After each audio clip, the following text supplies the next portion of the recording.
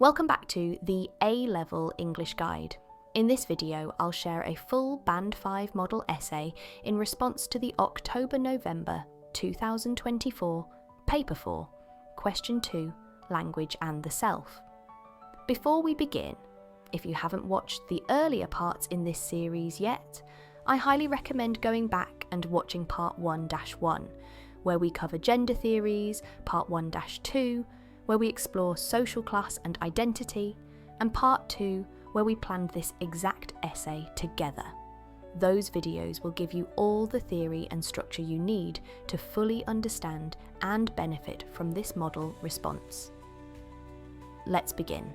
Language plays a central role in constructing both personal and social identity. From the slang we use in peer groups to the formal tone adopted in institutional settings, language choices reflect how individuals see themselves and how they want to be seen. The source article, which discusses a London school's decision to ban slang words such as innit, bear, and you know, in an attempt to promote professionalism, raises significant debates about language, identity, and power.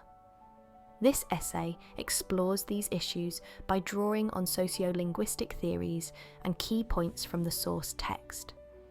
This introduction clearly defines the topic, references the article right away, and sets up a theory-based discursive structure. It prepares the reader for a multi-perspective response, meeting AO1 and AO2.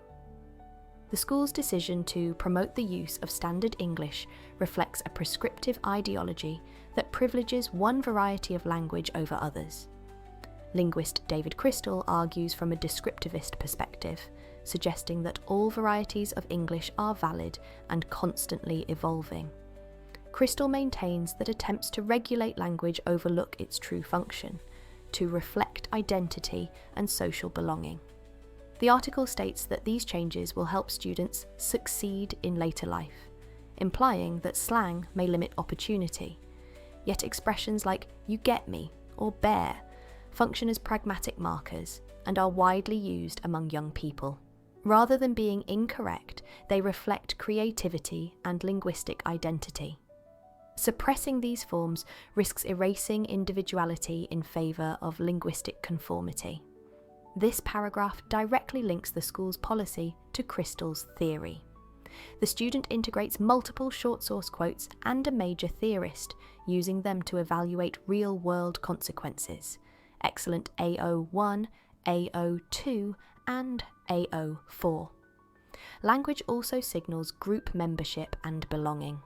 The article concedes that slang is used to create social bonds between friends, which supports Trudgill's concept of covert prestige. In his Norwich study, Trudgill found that working-class men used non-standard forms like walk-in to assert local and masculine identity. Similarly, Labov's Martha's Vineyard study revealed that islanders exaggerated their local accent to distance themselves from tourists and show solidarity with their community. In both cases, non-standard language acted as a badge of identity. In the school context, using words like "that's bear long" or "nah fam" can be a way for students to maintain peer group belonging. The ban on these forms may unintentionally alienate students and invalidate their social identities. Here, the writer draws on two different studies and ties them directly to a short source quote. The analysis highlights how group identity is expressed through language, a strong AO2 to AO4 blend. The source text also references helping students succeed in later life, linking language to opportunity and social mobility. Basil Bernstein's theory of restricted and elaborated codes is especially relevant here. Bernstein argued that middle-class children are more likely to use elaborated code, characterised by explicit formal language, while working-class students use restricted code, which relies on shared knowledge and informal grammar. The school's emphasis on standard English and professionalism may inadvertently favour elaborated code, reinforcing systemic inequality. Phrases like "you ain't got none" or "that's peak" may be grammatically non-standard, but carry cultural meaning and contextual logic. Encouraging students to switch registers is one thing, banning their natural code altogether risks excluding their lived experience. This paragraph explores institutional bias with clarity and insight. Bernstein's theory is explained clearly, and the source text is used meaningfully. It demonstrates depth of understanding and evaluative skill. Excellent AO2 and AO4. Identity is also flexible and influenced by context. According to Howard Giles's communication accommodation theory, people adjust their speech depending on who they're talking to. This includes convergence, adapting language to match others, and divergence, deliberately maintaining or exaggerating difference. The article frames slang as something students use without thinking, but in reality, many students code switch intuitively. A student might say, "I'm going to bounce" to a friend, but "I'm leaving now" to a teacher. Discouraging natural expressions like "you know" or "like," which are grammaticalized in informal registers, denies students the chance to develop linguistic versatility, an essential life skill. This paragraph is strong in contextual understanding. The writer shows how language adapts to audience and draws in Giles's theory with precision. Great balance of theory, example, and evaluation.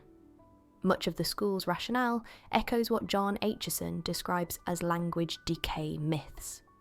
The idea that slang is lazy or that students will be penalised for using certain words implies that non-standard language is harmful. Aitchison's damp spoon syndrome suggests that critics of change view it as careless, while the crumbling castle view imagines language as something once perfect that is now deteriorating. These beliefs often reflect classist or elitist anxieties rather than linguistic facts. Far from being a threat, slang shows innovation and adaptability, and can serve as a rich resource for studying how identity is performed in real time. This final paragraph adds critical depth by challenging assumptions. It helps achieve discursive balance and strengthens AO4, a feature of top band responses.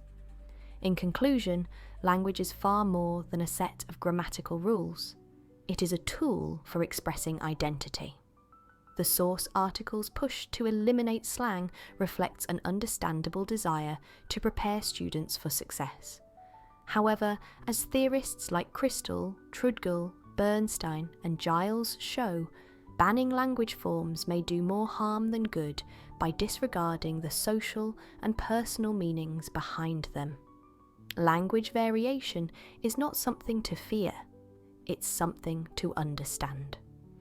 When schools value both standard and non-standard forms, they validate the diverse identities of the students they serve. This conclusion ties everything together and reaffirms the argument. It summarises key theorists and ends with an evaluative, confident tone. A strong AO4 finish. That's your full Band 5 model essay for Paper 4, Question 2 on Language and the Self. If this helped you, give it a like and hit subscribe.